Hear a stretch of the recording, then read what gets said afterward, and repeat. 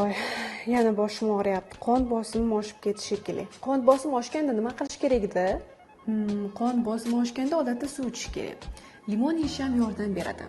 Yana peshonaga kompress qo'yishadi. Yana nima deyam? Ha, aytgancha buvimga men ko'kchoy damlab berardim bosimni tushirish uchun.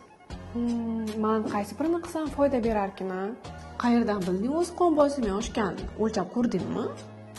Yo'q, boshim og'rib g'alati bo'layotganim uchun shunday deb o'ylayapman. Bosh og'rig'i har doim ham bosim bilan bog'liq bo'lavermaydi. Balki charchagandirsan, balki kam uxlagandirsan. Keyin avval qon bosimini o'lchab ko'ramiz. Qon bosimini o'lchashda SSF elektron tonometri yordam beradi.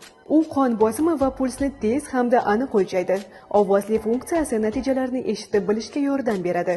Xotira funksiyasi esa oldingi natijalarni saqlab borish imkonini beradi. Natija ekranda ko'rsatiladi.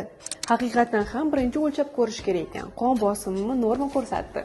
Qon bosimini tez taxmin qilishga shoshilmang va SSF tonometri bilan qon bosimingizni tez va aniq nazorat qiling.